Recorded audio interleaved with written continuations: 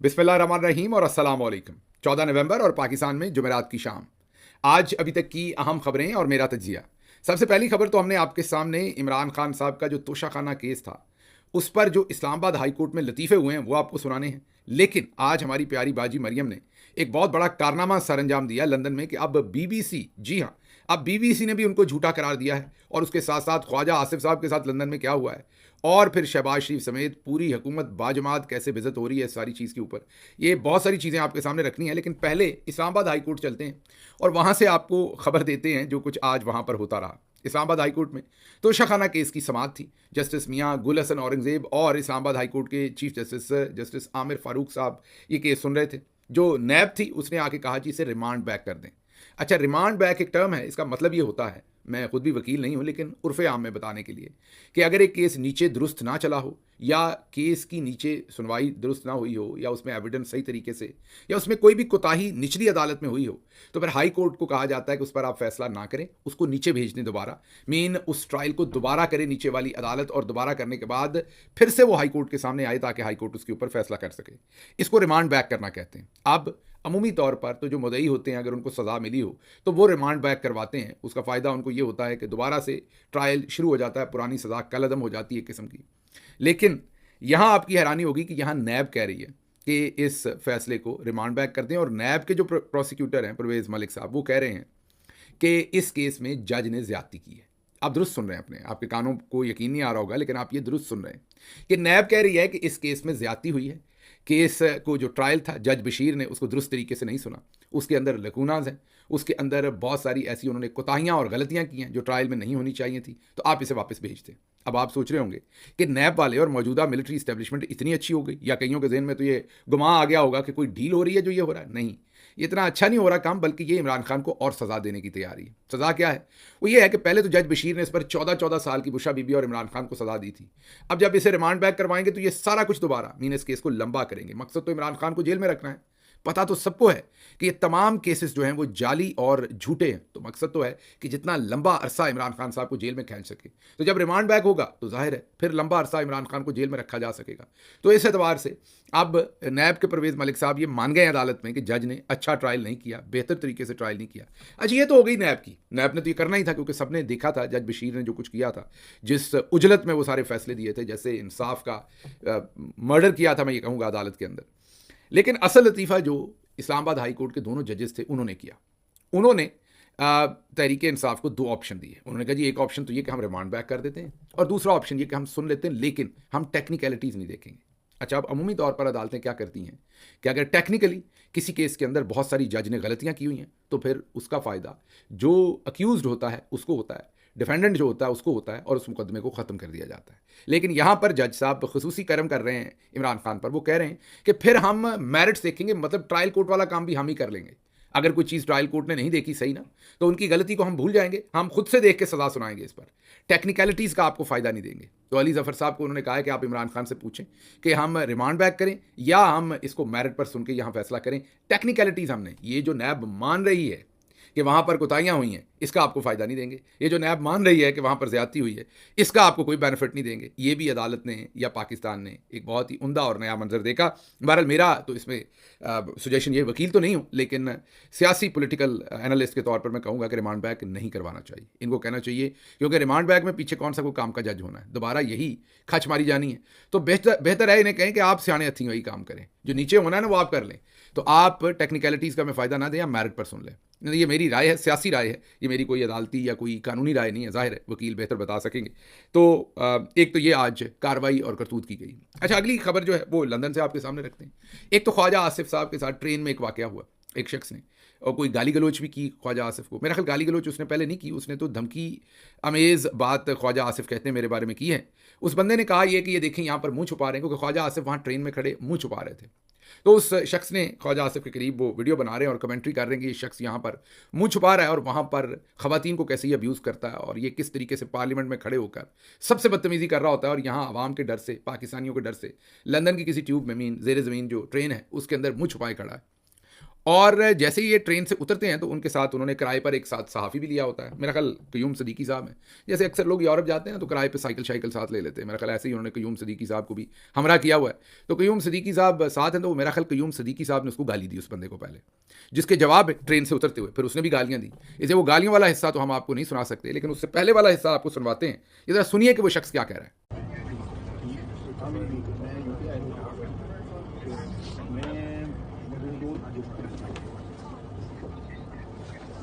ਉਹ ਫੜ ਕੇ ਲਿਜਾ, ਫੜ ਕੇ ਚੁੱਕ ਕੇ ਲਿਜਾ ਇਹਨੂੰ।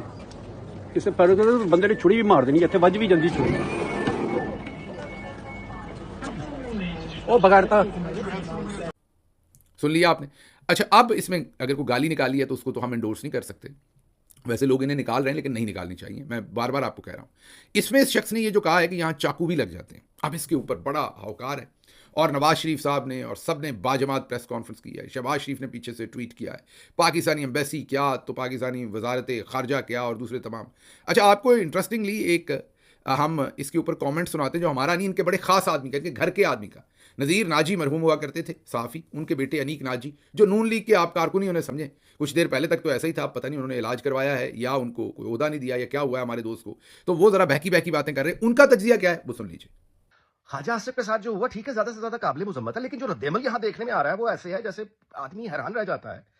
ओ भाई, जो आवाज हमने सुनी है वो कत्ल की धमकी नहीं है कि वो कत्ल की धमकी दे रहा है कि मैं तुम्हें मार दूंगा या मरवा दूंगा। वो ये कह रहा है ऐसा हो सकता है। पहली बात तो ये। दूसरी बात ये कि रद्द अमल हुकूमत पाकिस्तान ने नोटिस ले लिया, हाई कमीशन ने नोटिस ले लिया, तो क्या हो गया? हुकूमत अमेरिका नोटिस ले ले, जापान का बादशाह नोटिस ले ले। सुन लिया आपने। तो अब ये हमारा तज्जिया नहीं है, ये अनीक नाजी साहब का है कि वहाँ लंदन में भाई ऐसा कुछ नहीं होता कि आपने किसी ने कह दिया, उसने ये तो नहीं कहा मैं आपको चाकू मार दूंगा। बहरहाल उनको ये भी नहीं कहना चाहिए था। मैं आप लोगों को बार बार कहता हूँ कि इन्हें 3 डर होने थे, अल्लाह का, कानून का, दोनों नहीं है, तीसरा आपका है, जो आपने इनकी ठुकाई करनी है। आप हमारी उस बहन से सीखें जिसने स्विट्जरलैंड में सर्जरी की है, चौक में। गाली नहीं देनी, कानून हाथ में नहीं लेना, ये दोनों बातें आपको बार बार बता रहा हूं। जब आप दोनों काम करेंगे तो आप इनका फायदा करेंगे। आप इनको फिर शोर शराबा मचाने देंगे कि ओहो हमारे साथ बड़ी ज्यादती होगी। हालांकि ये वही लोग हैं जिन्होंने दूसरों के साथ क्या कुछ नहीं कर छोड़ा, और खुद इनको किसी ने सख्त बात कह दी तो इनकी जो है वो फिर बड़ी इज्जत में कमी आ जाती। बहरहाल उस पर शहबाज शरीफ ने भी ट्वीट कर दिए, उस पर नवाज शरीफ साहब ने भी कर दिए, और उस पर बहुत कुछ हुआ, बहुत ले दे कल से ये कर रहे हैं कि जी बहुत हमारे साथ जुल्म हो गया, ये कह दिया गया। हालांकि खुद ये इमरान खान को कत्ल करने की, इमरान खान फितने को मिटाने की, इमरान खान के साथ ये हो जाएगा, इमरान खान को कत्ल तक करने की कोशिश तक इन्होंने कर ली, मीन असैसिनेशन अटेम्प्ट कर ली। और वहाँ एक शख्स कह रहा है कि यहाँ चाकू लग जाते हैं तो उसको इन्होंने किस तरीके से बढ़ा चढ़ाकर पेश करने की कोशिश की।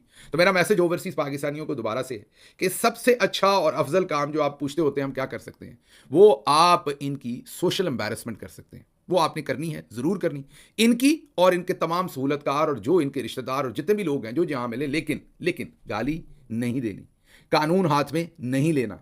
जब आप ये दोनों काम करेंगे तो आप इनको फायदा देंगे, आप दोबारा इन जालिमों के हाथ मजबूत करेंगे, मजलूमों को नुकसान देंगे। तो अगर आप वाकई सच्चे पाकिस्तानी हैं और आपके दिल में तकलीफ है जो कुछ इन्होंने किया इमरान खान के साथ और पाकिस्तानी अवाम के साथ, तो गाली नहीं देनी, कानून हाथ में नहीं लेना। कानून हाथ के मतलब है कि कोई धमकी नहीं देनी, कोई हाथापाई नहीं करनी, और कानून हाथ में लिए बगैर इनकी सोशल एम्बैरसमेंट करनी, इनको बताना इनकी औकात जो सियासी और समाजी औकात है इन तमाम गंदे काम करने की, वो इन्हें आपने हर जगह पर ज़रूर बतानी है। वो एक वाहिद डिटरेंस रह गई है, वो एक वाहिद डर इनको रह गया। इसके अलावा इन्हें और कोई डर नहीं, ना खुदा का डर है, ना इन्हें कानून का डर है, ये आपका डर रह गया। तो जो कुछ हमारी बहन ने स्विट्जरलैंड में किया है और जिस खूबसूरती से किया है, उसी तरीके से उस वीडियो को बार बार देखें और उसी तरीके से इनकी सोशल एम्बैरसमेंट करें। अच्छा जी, अब पाकिस्तानियों ने तो जो सोशल एम्बैरसमेंट करनी थी वो तो करनी थी, अगली सुन लें। आज बाजी मरियम साहबा ने नया रिकॉर्ड कायम किया है। कल मैंने जो वीलॉग किया उसमें मैंने कहा कि ये पैराथायरॉइड, ये तो बीमारी हमने कभी सुनी नहीं, तो वो बहुत सारे दोस्तों ने समझा नहीं कि मैं क्या कह रहा हूँ। भाई पैराथायरॉइड तो सबने सुना है, पाकिस्तान में भी उसका इलाज होता है सब जगह। मेरा ख्याल आप लोग मिस कर गए। बाजी पैरा नहीं टेरा कह रही है, ये जरा दोबारा सुनिए। मुझे पैराथायरॉइड का इशू है, मुझे पैराथायरॉइड का इशू है, मुझे पैराथायरॉइड का इशू है, मुझे पैराथायरॉइड का इशू है। सुन लिया आपने? तो ये मैं कह रहा था कल, जिसको आपने मिसअंडरस्टैंड किया कि मैं पैराथायरॉइड को, मैं आपको बता रहा हूं कि जो बीमारी बाजी बता रही हूं दुनिया में किसी ने नहीं सुनी, उसका वाकई इलाज फिर पाकिस्तान में भी नहीं होता। तो बहरहाल मजीद इसके ऊपर हम एक तहकीकाती वीलॉग करेंगे। आजकल बाजी के मुंह पे स्वेलिंग है, ऊपर वाला लिप ज़्यादा सूजा हुआ है, नीचे वाला ज़रा कम सूजा हुआ है, फ़र्क भी है, नाक की और गालों के ऊपर भी स्वेलिंग के वाज़े निशानात हैं। तो वो मैं डॉक्टर्स के साथ बात कर रहा हूँ, बहुत सारों से मेरी बात अभी हो नहीं सकी। तहकीक करने के बाद मैं बताऊंगा कि ये टेराथायरॉयड तो मुझे डॉक्टर ने कहा हमने नहीं पढ़ा किसी किताब में, हमें नहीं पता क्या होता है। पैराथायरॉयड उन्होंने पढ़ा हुआ है, बाजी को टेराथायरॉयड हुआ है। तो अब हमें नहीं पता कि ये टेराथायरॉयड क्या है, कौन सी नई बीमारी बाजी ने निकाली है। इससे पहले जब नवाज शरीफ साहब बीमार हुए थे तो वो भी पता नहीं, मुझे तो नाम ही नहीं आता, ना आना भी नहीं है, सामने लिखा हुआ है फिर भी पढ़ के नहीं आना। वो जी बीमारी कड्डी सी मियाँ साहब ने, उन्हें क्या ए हो जाना मियाँ साहब ने, बस ए ही समझो। तो उसी तरह के नाम निकालते हैं ये। तो अब बाजी को बीबीसी ने झूठा करार दिया है। जी हाँ, ये ARY ने एक इसके ऊपर फीचर भी की है स्टोरी, और बीबीसी ने मेरा ख्याल इसके ऊपर पूरा एक आर्टिकल लिखा है। और आर्टिकल जो बीबीसी ने लिखा है उसमें उन्होंने पाकिस्तानी डॉक्टरों से पूछा है कि भाई क्या पाकिस्तान में, क्योंकि टेराथायरॉयड तो किसी को पता नहीं चला कि दुनिया में कहीं है जो हमारी प्यारी बाजी को हुआ। पैराथायरॉयड एक बीमारी है जिसका लोगों को पता है। तो उसमें उन्होंने कहा कि या वो ज़्यादा पैदा करते हैं आपके जिस्म में, या कम हो रहा होता है। तो अगर कम हो तो दवाई दे के ज़्यादा किया जा सकता है, मीन लेवल किया जा सकता है। ज़्यादा हो तो फिर उसकी एक प्रोसीजर होता है जो सिंपल प्रोसीजर है पाकिस्तान समेत जनाब, वहाँ वो नमीबिया या नम्बिया जो भी कहना है उसे, वहाँ भी जो है वो होता है पैराथायरॉयड का काम। पूरी दुनिया में जहाँ का आप इंटरनेट महंगा करना चाहते हैं ना मॉडल, पाकिस्तान में हाफिज साहब वहाँ भी करवा लें, पूरी दुनिया में कहीं भी होता है। मैं मतलब कोई शायद मुल्क हो दुनिया में बेचारा जहाँ पर ना होता हो, पर पूरी दुनिया के, और पाकिस्तान में तो जा बजा हर जगह बड़े काबिल डॉक्टर हैं हमारे, वो कर रहे हैं। लेकिन बाजी ने ये झूठ बोला, और इस दफ़ा अगर हम कहते तो फिर लौंडा लपाड़ा जी ने आ जाना था कि बाजी को आपने गलत क्यों कह दिया, उनको तो वाकई बहुत शदीद बीमारियाँ हैं। तो अब बीबीसी कह रही है कि ये झूठ बोल रही हैं और पाकिस्तान के अंदर डॉक्टर्स इसका इलाज करते हैं। मीन उन्होंने, बीबीसी ने खुद तो नहीं कहा, उन्होंने डॉक्टर्स के इंटरव्यूज़ लिए हैं और डॉक्टर्स का ओपिनियन दिया है कि डॉक्टर्स कह रहे हैं कि गलत बयानी कर रही हैं। पाकिस्तान के अंदर पैराथायरॉयड का इलाज होता है। टेराथायरॉयड तो मेरा ख्याल आपको बाजी मार्स वगैरह पे जाना पड़ेगा, किसी और ही दुनिया की बीमारी है, किसी कोई गस्ताबू किस्म की बीमारी है, कोई मेरा मतलब है, मुझे नहीं पता कि वो कैसी बीमारी है जो आपने बताई है। नाम ही पहली दफ़ा सुन रहे हैं। जिन डॉक्टर्स को मैंने पूछा उन्होंने कहा जी सानू नहीं पता। अच्छा जी, अगली खबर आपके सामने रखेंगे कि इमरान खान साहब ने अलीमा खानम साहबा के ज़रिए पैगाम पहुँचाया वर्कर्स को, और कहा यह है कि जो सिंध और बलूचिस्तान के वर्कर्स हैं उन्होंने इस्लामाबाद नहीं आना, क्योंकि उनके रास्ते में रुकावटें खड़े करेंगे, उन्हें परेशान करेंगे। वो वहीं रहें अपने इलाकों में, वहाँ से एहतजाज करें। बाकी पाकिस्तान सारा 24 नवंबर को हर सूरत इस्लामाबाद पहुँचे। तो ये पैगाम है। और इमरान खान साहब ने जो नौजवान हैं, जो स्टूडेंट्स हैं, उनके नाम खसूसी पैगाम दिया है कि आपने हर सूरत पहुँचना है। तो इसलिए किसान हों, मजदूर हों, जो भी लोग हैं, उन सबको अगर आप वाकई चाहते हैं कि आपको इनको चोरों और ठगों से आपको आज़ादी मिले, तो फिर 24 नवंबर को आपको निकलना पड़ेगा। ये इमरान खान का पैगाम है, और आज अलीमा खानम साहबा ने उसे मजीद वाजे करके ये पैगाम दिया है। अच्छा जी, शहबाज शरीफ साहब को और हुसैन हक्कानी साहब को और बाजी मरियम को, तीनों को एक ही दिन बिजली प्रोग्राम हुआ, साथ ख्वाजा आसिफ भी डाल लें। ज़रा चेक करें कैसे थोक में इनको, इनके सहूलतकारों को और इनके साथ मिलते जुलते काम करने वाले जो लोग हैं, जैसे हुसैन हक्कानी साहब हैं, उनकी एक ही दिन में हुई है। एक तो हुसैन हक्कानी साहब ने इकोनॉमिस्ट में एक कोई आर्टिकल लिखा, और आर्टिकल ज़ाहिर इमरान खान के खिलाफ ही था। याद है आपको जन बाजवा के साथ उनके रिलेशनशिप और जो मामला उस टाइम वो करते रहे। और उससे पहले आपको याद है कि इस्टेब्लिशमेंट के किसी ज़माने में टाउट हुआ करते थे, मतलब कि ज़ियाउल हक साहब के ज़माने में वो माजरत के साथ जो कुछ किया करते थे वो सबको पता है। फिर वो इनकलाबी बन गए, फिर वो लेफ्ट की सियासत करना शुरू हो गए।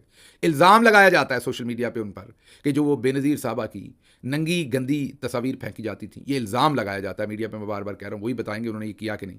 उसके जो मास्टरमाइंड थे उनमें से शायद एक ये भी थे। ये कहा जाता है, अमूमी तासर है, इल्ज़ाम लगाया जाता है। मैं ये हतमी तौर पर नहीं कह सकता, वो तो वही बता सकते हैं कि उन्होंने ये काम किए कि नहीं। बहरहाल फिर वो पीपल्स पार्टी में चले गए, फिर फ़ौज के खिलाफ हो गए, फिर फ़ौजी के साथ मिलकर उन्हीं के मामलात करना शुरू हो गए। तो हुसैन हक्कानी साहब को कोई पता नहीं लगता, चलते पुर्जे हैं, किसी तरफ भी चल पड़ते हैं।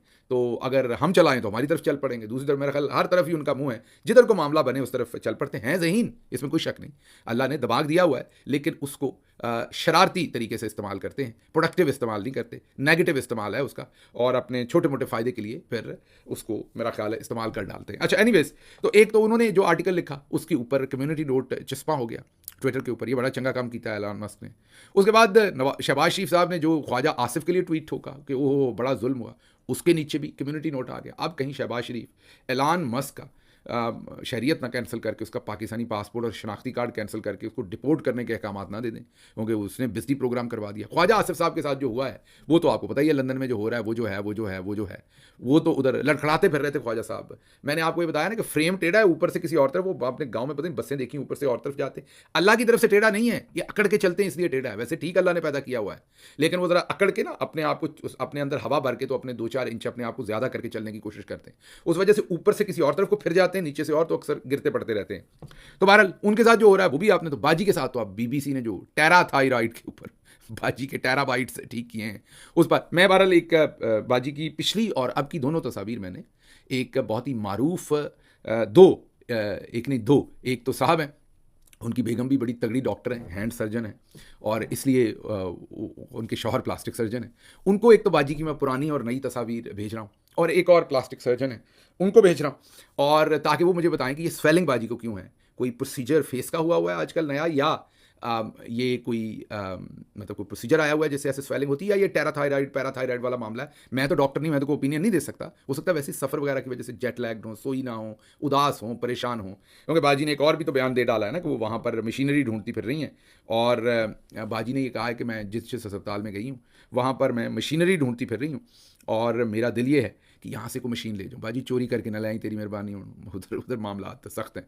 बाजी ने लोगों को ये समझा हुआ है कि सबके यहाँ चे लिखा हुआ है, तो बाजी ने कहा है कि मैं यहाँ मशीनरी ढूंढती फिर रही हूँ कि जो अच्छी मशीनरी मिले वो मैं वापस लेके जाऊँ। और दूसरी तरफ पाकिस्तान से खबरें ये हैं कि डायलिसिस की मशीनें जो इन्फेक्टेड थी उनके थ्रू 30 लोगों को एड्स मुंतकिल कर दी गई है। ये डॉन की खबर है, उसमें से एक शहरी की जान चली गई है, और बाकियों को डायलिसिस की इन्फेक्टेड मशीन्स के ऊपर जो है वो एड्स मुंतकिल की गई है। पाकिस्तानियों का हाल ये है। बाजी कहती हैं कि मैं बाहर मशीनें ढूंढती फिर रही हूँ। इस खबर को तफसील में करेंगे अगले व्लॉग में। मुझे यहाँ से इजाज़त दीजिए। अल्लाह आपका हामी और नासिर हो। पाकिस्तान जिंदाबाद।